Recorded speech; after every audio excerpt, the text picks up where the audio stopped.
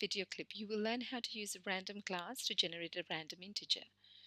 First, let's look at the Java API, okay, to see where the random class is and what method we could use. As I mentioned to you earlier, it is very important to be able to find methods that you would need by going through the API, and also to find out what does it return, what arguments does it require. Okay, it's found in the util package, so java.util, and in the class random.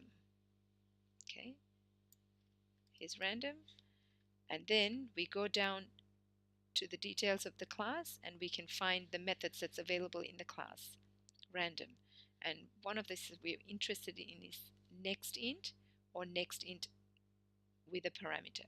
The first one, nextInt, it just generates 0 to any number, any integer. But oftentimes we don't want just any integer. We might want a range, so a maximum limit. So we have nextInt and an integer that we pass into it. So it will generate a number between 0 inclusive and the specified value exclusive. It's important to note that that number minus 1. Okay, so n minus 1. And now that we've looked at this, we're going to see how it's used. Notice we needed to import now java.util.random, just like we've done with the scanner class. And we still need the scanner class here because I'm asking the user to enter the maximum limit they want. And as with the random, as with the scanner class, we've created instance called keyboard to read in. We're going to create another random class instance. This name I've chosen to give is genRandNum to indicate generate random number. And it's an instance of random class. Now that we've created an instance, we can actually use the method that's available in random class called nextInt if we want to generate a number. Okay, so here it is. genRandNum is the instance with the object, and then dot nextInt, which means calling the method that's available in that class, and we are passing in an argument. Note, remember, we could leave it blank or we could pass one argument. When we pass one argument, we are saying generate a number between 0 and that limit minus 1. So here it is. I've actually asked the user, kind of giving the information to the user. The program will generate a number between 0 and the number you enter, excluding the number itself, really. Okay, then I ask, what is the maximum number of the range of the random number to be generated? So you're familiar with this one, keyboard.nextInt, which is reading in the user input and into a variable called limit.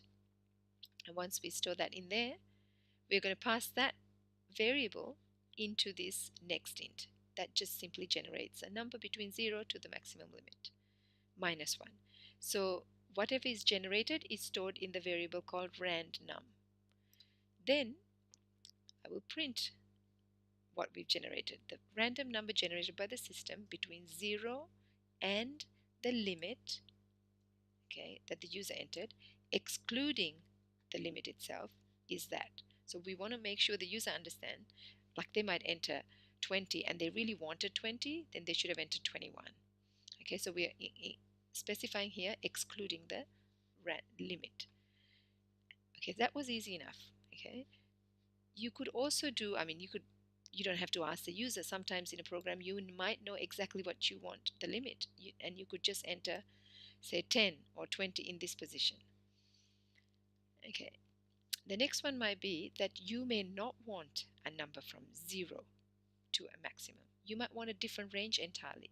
Unfortunately, the random class methods, if you have a look, there's not a third method that takes in 2 arguments. It's just only 1. So you cannot actually send in the minimum and the maximum.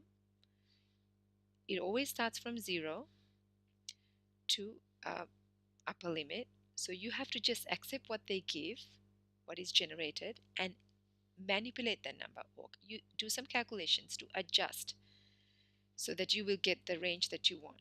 Let's say, for example, we want a number between 10 to 20. Okay, so I'm just displaying here to the user, here's a random number between 10 to 20. And since we cannot enter 10 to 20 as a range, we've just entered 11 here. Okay, 11 generates a number from 0 to 10, right? And then if we add 10 to that number, we will get a range from 10 to 20. Because imagine, let's say it generates 5. Okay, and if we add 10 to that, so it generates, this method generates 5, and if we add 10 to that, we'll get 15. And if it generates 0, we'll add 10 to that, we'll get 10. What about if it generates 10? If we add 10 to that, we get 20. So that's how we got what we want. Notice, whatever we want to generate, we needed to manipulate the generated number to get the answer. Sometimes you may have to enter that range inside the brackets or outside. You might need negative numbers, positive numbers. The range, you have to do some thinking about the manipulation that you need or adjustments that you need to get the answer that you want. And at the end, I've actually displayed the random number generated. Okay, let's run this and see what comes out. Yep. Okay, what's the output? So Java generate. Okay, this program will generate a number between 0 to the number you enter, and let's say I want a number between maybe up to maximum of 5. Okay, which means I'm going to get 0 to 4. Here it is, the random number generated by the system between 0 and 5, excluding 5 is 1. And then I've also displayed, without asking for user input, random number between 10 to 20. It happened to be 10. We'll run this again and see how you get different answers. This time I'll still enter the same input. It happened to be 1 this time again, and the range from 10 to 20 is 17. We'll enter 5 again. This time generated 2, and the random number between 10 to 20 was 12, which really means it actually generated 2 but added 10 and displayed. Okay, so now you know how to use Java class random from the util package to generate a random number. Thank you for listening.